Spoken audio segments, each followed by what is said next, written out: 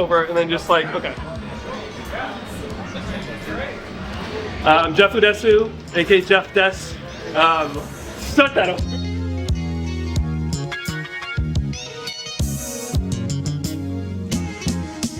So I'm Jefu Desu. I'm from Milford, Connecticut. Came out here to check out Araiguma after all these years. First found about this place on Twitch. Saw the streams, I was like, what is this place? Who are these people? This community is insane. How do they know all this? How do you have the know-how to do all this? And how do you know and are so hardcore with all these games? So I started talking to Yams. I was like, yeah, man, if I ever find myself out there, like, I gotta come out there and see what's up.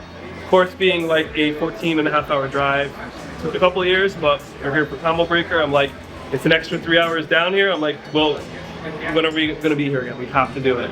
So came down here, amazing, some killers in Third Strike, sick setup. I think spaces like this are really important. This town seems to really value third spaces, and I think third spaces have been on decline for a long time, and then COVID obviously kicked it down even further. I think third spaces are very important for people to have a place they can go, a community, skills they can build, a hobby, all that good stuff, socialization. I was homeschooled, so I know all about that. Third spaces like the arcade are what I would do. That's where I met all my friends. That's why I traveled. That's why, to this day, this is why I'm traveling and doing anything in my life, is because of places like this. We have an arcade in Connecticut called EC3 Arcade. I think of it kind of as a sister arcade of Araiguma because just we're all very similar people. I think we grew up kind of similar. We're into the same stuff. So I just love to see the passion of people. You know, people will tell you so many times, oh, it's not possible. Oh, you can't do that. Oh, liability, blah, blah. All it takes is one person to show that it is possible, and it catches like wildfire. And you've got all these different places. I love that students come here. I coach esports for Milford Public Schools in Milford, Connecticut. Shout out to Joseph A. Foreign High School, Jonathan Long High School, esports teams. So it's cool that, you know, a lot of kids, they're young. Their kids were already gone by the time they started being old enough to go out and about. So it's cool to get to see this and see that our kids are alive and well if we take the extra step to do that and preserve this for them as well. So yeah, just very hyped to be here. I want to come back soon. I just love the passion in this community, the technical know-how of everyone, and just it seems like everyone's on the same page and we work together. And I'm very interested in this town of Urbana, Illinois, that you drive through like 3 hours of farmland to get to, and then when you get here, it's this amazing, hip, cool, understanding place. So yeah, I'll be back soon. But yeah, it's so cool. I'm so glad that we finally got out there. Great matches tonight. Oh my god. Jeez. And it's perfect like to be able to, you know, practice for Combo Breaker and stuff. So love it, love it, love it. We did a little exchange of our arcade stickers and things like that, so very fun. If anyone finds themselves out in the East Coast, check out our arcade, EC3 Arcade in Shelton. If you find yourself anywhere near here, it's worth it. Urbana, Illinois. Wait, what are you pointing to? Oh, the book? I mean, I guess I just feel like I'm plugging a lot, but whatever. Araiguma is the reason for this, in places like this. This is the prototype right here. Anytime you see something and something else comes along, remember that this is where it started. And more so, it showed it was possible. And it showed that if you build it, they will come, as they say. There's some cool stuff in here too. There's like some rhythm games and everything too. Love it. Yeah. That's all I got. So when we were pitching the esports arenas in my town for the public schools, you know, we were told like people are going to be against it, but it's not necessarily because they're like they hate it or they may not just know, right? So you have to approach from like an educational aspect, like meet them where they are, like what do they know, what do they know about esports and arcades and the advantages of these things and third spaces and belonging to a team and all that. And I think you'll find that if you just explained to them and didn't judge them the same way they're kind of judging you and make these assumptions and preconceptions, that they would understand. I think a lot of people in general understand now because they're seeing how kind of like difficult it is to connect with people sometimes. So when you find something that you can connect with and you find something that has positive aspects, that you can go every week and have friends and get better at something. It doesn't mean that you're going to be an esports athlete making like, you know, $1 million or something, but if you can keep getting better That's a hobby. That's something that will drive you, right? That's motivation. So I think that's really important. And maybe as you get better, you might go to tournaments and you start meeting new people there. And now you've got friends all over the world. I've got friends I can crash with in Boston. I've got friends I can crash with in different places. I remember the first time I went to Japan, it was like, I was playing some people in Marvel too, and it's like, I just instantly vibed with them because we were all on the same page. Because we felt this shared love of this game, and we probably had similar lives, even though we're a world apart, because we're going to the arcade every week, we're playing this game every week, we know all about that, we know about grabbing dinner with friends after and that kind of thing. And yeah, like I said, it doesn't matter. It doesn't matter if it's something that you're just doing as a hobby or trying to do something more with it. I love it. And you're gonna see, I mean, everyone's having a good time in here. You know, it's funny because you might think like when you lose, right, like it's frustrating and stuff like that. Losing is like almost better in some ways because you're learning from it, right? So I'm going to quote an esports, the wisest quote I ever heard, an esports coach from Affinity Esports in my town. They said, we tell our students when they lose, we don't lose, we learn. And I was like, whoa, that is a mind-blowing quote.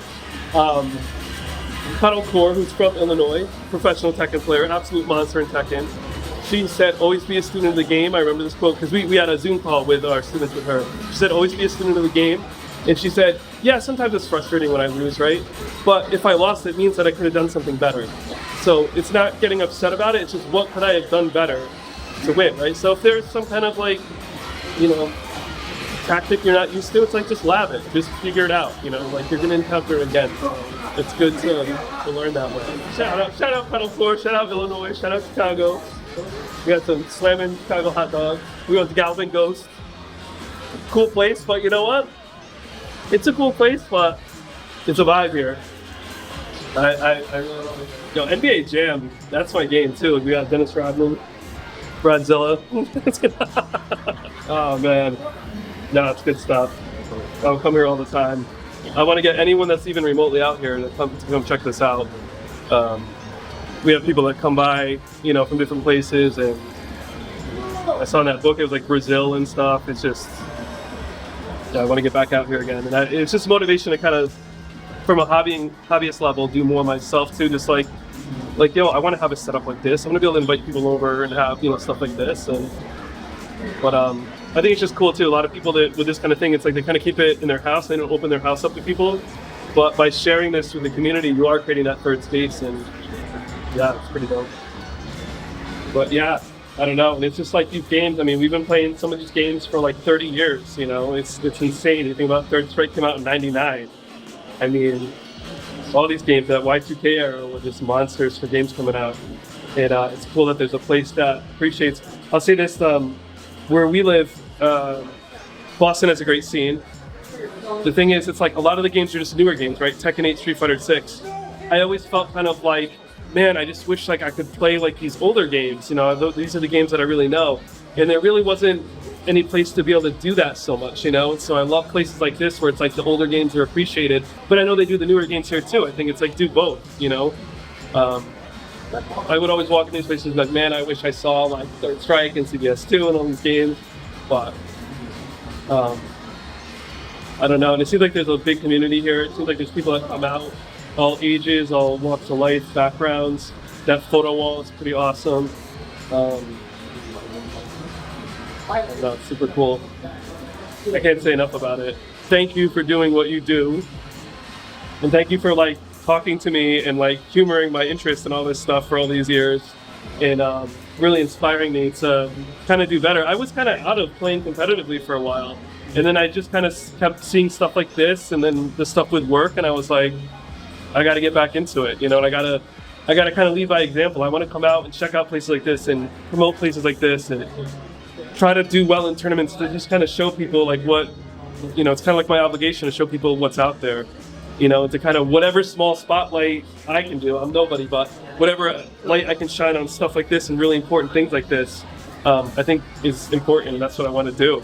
I think if people knew about this, more people would come out, right? I just saw today, like, Justin Wong was at Galloping Ghost, you know, because he's in town for Combo Breaker. All these people were in town for Combo Breaker. I think if people really got exposed to this and saw this, you get all the top players. I mean, I'm thinking the top players from Japan, these third strike monsters and all these different people, oh, they would vibe with it. It probably reminds them of similar scenes they have back home, of similar, like, dedicated individuals and stuff. So I've said from the beginning, if you remember, too, I said, I feel like one day I'm going to wake up and this place is just going to be so insanely popular and viral that it's like I'm glad I'm going to it now in the States so I could see what it was like before. Again, more humble origins type stuff. But I know someday it's going to be like this amazing, huge thing, and it's cool to see where it started from, because I think it's going to get a lot of attention from top players. I think it's going to run tournaments for all different scenes, all different games, and all it takes is just really like one tweet from a Justin or someone like that to really blow things up and make it big. Yeah, so I don't know. I'm going to tell everyone at Combo Break about it. Anyone who will listen to me, I'm going to tell about this place. I'm going to be like, listen, how much longer are you in town? Maybe you should check it out, you know, or if you live in the area, if you live anywhere near it, Indiana, wherever, St. Louis, you got to come by and check this place out. It's insane. Doing this amazing work here. I don't know. I'm just like in kind of awe of just the dedication and kind of the selflessness of the whole thing. And yeah, it's gonna be really big someday. And in addition, other big places will pop up. And I know this community is great, and I know that people will kind of refer everyone to the different arcades that they have and stuff. And kind of it'll get to the point where, like, no matter where you live, there will be a scene like this. You know, if it's kind of promoted, you know, the right way and done the right way like this, where it's just more so about the community and just, you know, if you can do it, do it. You know, you don't have to necessarily, you know, make money on it or, like, you know, be like a regular arcade. There's places like that still do exist, right? You've got Round One, you've got Dave & Buster's. This is something different. This is something unique. Come check it out. Justin, Cuddlecore, Tygo, whoever. All of my childhood heroes. I used to play hardcore in the early 2000s, okay? Listen, I'm an old ass man. I used to play in the early 2000s, and we'd go to Brooklyn, we'd play in Chinatown Fair, right? Everyone's heard of Chinatown Fair, you know, all this stuff that used to go on there, all the amazing players. I remember crashing at my friend's house the other night, and Justin Wong crashed over there too, and he thought I was someone else, and he's like kicking me to wake up. And I had the pillow, and I'm on the floor, and I'm like, huh? And he's like, oh, she's like, I thought you were someone else. So that's my story about how Justin Wong kicked me to wake me up in the morning. I don't think he remembers it. I doubt it. I want to bring it up to, if I encounter him, I want to bring it up to him and just ask him one day. But he's done so much, you know, so many insane things. I doubt he remembers it, but it would be funny if he did. But yeah, this has been a passion of mine forever. I know I'm preaching to the choir here. It's been everyone's passion. And it's just cool. I never would have thought 25 some years later that after these scenes completely died and, like, they were gone. I mean, before Street Fighter 4, nothing was around. And to see them come back, and they come back in this way, just due to the passion and dedication of the people that are making places like this. And there's not many places like this. I just want to give, you know, props to Araiguma. Like, it really, places like this are bringing it back. You know, it's like, I feel like time was paused. I don't know, maybe around 2005 or something. And now it's like, you just are back in here. You're back in it. You're back in the thick of it where you left off. Man, I was playing Ibuki, let me try it. Now I'm learning these mix-ups and all this different stuff because I have people I play with. Third Strike especially, I didn't really know how to play Third Strike that great. It's just from playing hardcore at our place that's like this. It really helped me out. Yeah, I'll just tell one other fun story. There's a group of guys in Massachusetts I play Marvel 2 with. These guys are so hardcore, again, like these people, where they rent out an Airbnb of like a house on a lake, and they have people come from all over the place, and people fly in. The guy from California flew in, and they just play Marvel 2 all weekend. And prior to the collection coming out, they were just playing Dreamcast. They have all these Dreamcasts, all these Japanese, all these CRTs. Joe, one of the guys' house, his house is just nothing but, it doesn't look like anyone lives there. It's just CRTs and arcade stick parts everywhere. I'm sure Jens' house is the same thing. So, you know, it's just, yeah, this is what drives us. For people that didn't grow up in this or don't understand it, spend a little time with this, and I think you would. But just, you know, maybe there's like another equivalent to it that you have. You know, it's like whatever it is, hardcore with like Fortnite or something like that. This is what that was for us, and it still is. You know, it doesn't matter how old you are. I know tons of young people that hardcore got into Third Strike, and they're monsters now. Look at the Brooklyn scene. There's someone that's like, I don't even know how old he is. He's 17, and he's like winning the tournaments in Brooklyn. So it's really cool. And I feel like another cool thing that's happened in the communities is that it used to be kind of rough back in the day, right? They'd be kind of tough. I feel like now everyone kind of appreciates everyone more, and it's not like you don't see as much fighting and stuff like that. Like it's just great. Like I just feel like everyone's on the same page. I drive back 3 hours all the time from Boston to Balance Patch and stuff. All right, so anyway, so this cool story. Materia, Worcester, Massachusetts. Andy's the owner. He told me this crazy story. He's got like the whiteboards of the high scores on the walls, right? The Mr. Doe, like 7th best high score in the world was done there. I was chasing the centipede high score for a long time. I bought a centipede machine because of it, but that's a whole other story. So Andy tells me, he's like, yeah, you see that Tekken score? I'm like, yeah. He's like, some random high school girl just came in here one day and got it. And I'm like, what? I remember being with top Tekken players trying to get that score. And when I say the high score, it's like clearing arcade mode of Tekken 3 the fastest, right? There's a timer going the whole time. So if you can figure out how to do it, take advantage of the AI and stuff, you can get a really fast time. Needless to say, top Tekken players couldn't do it. Top Virtua Fighter players, you name it, were there. They could not do it. So this other high score stayed there for a long time.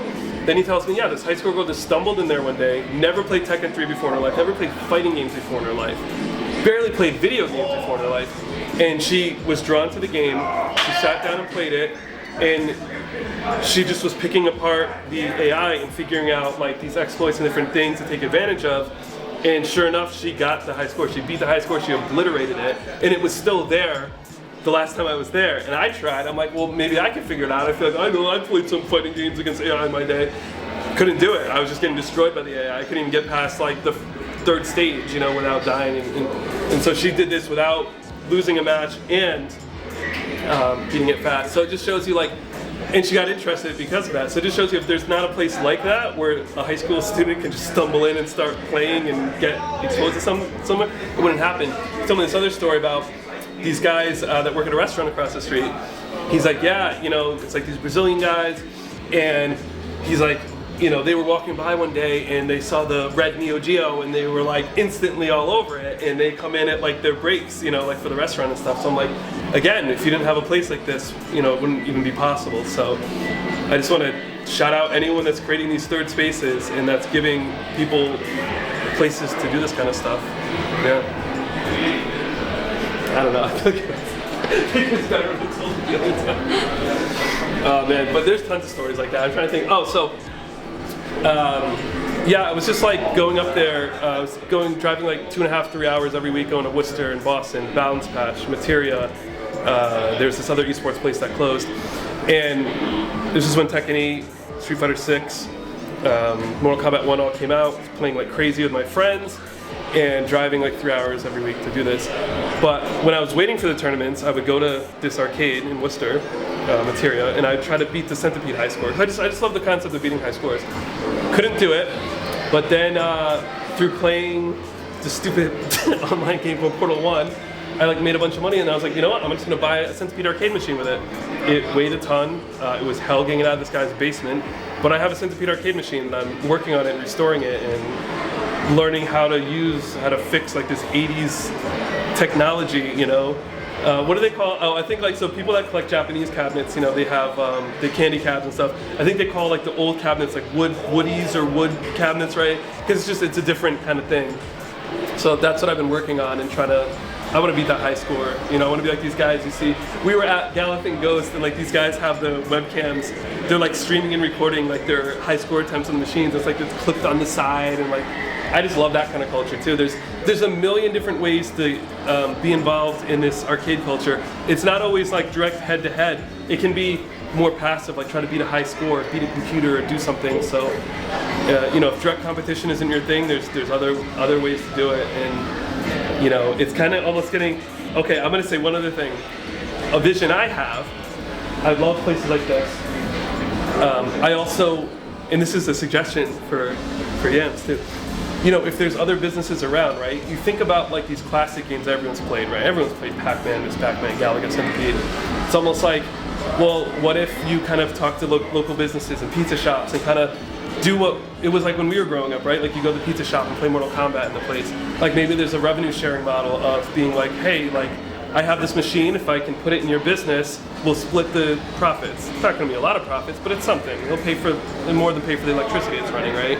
And then you can also kind of plug the place, like maybe there's a big Araiguma sticker on the side, right? And it's like this game, there's more down the street or something like that. So that's my suggestion. Yeah. I don't know, that's probably all I got, story-wise, that I can think of right now. Because we are so hardcore, we've been playing games all night, we forgot to eat dinner, oops. So now we gotta go get some fast food. We've been eating like kings and eating healthy, relatively healthy, but now we gotta get some fast food and drive back, but it's all worth it. And it happens when you're doing something you love, you forget that you're even hungry. Like that's how passionate and like fun this stuff is. Like I only just now feeling a little bit of hunger. Like the whole time I'm just on cloud nine in another world. I don't feel anything else. It just feels like a dream state. Yams was showing us around this crazy stuff in this building, and I'm just like, I don't know what's happening right now. I'm just going with the flow. Like it doesn't even feel real. So yeah, it just feels like something like you kind of wished for and dreamed about, like when you were younger, that there would be places like this and stuff. So, because I think the other thing that's cool is like, you don't necessarily have to be driven by profit, right? The same way that these arcades and stuff used to be. You can kind of do community things and maybe at least just have enough to stay afloat and do that. But yeah, I think that's it. You gotta get this girl some damn food. Me too. Yeah. To action, be the latest century for Illidale colonies to get the cream like cherry jubilee. My feeds put you at ease like methamphetamines or like Tony Stark's fantasies about his wallaby. Fitting, yeah, I mean, the geese be coming through, get them out. Rock motherfucker like 3 the hard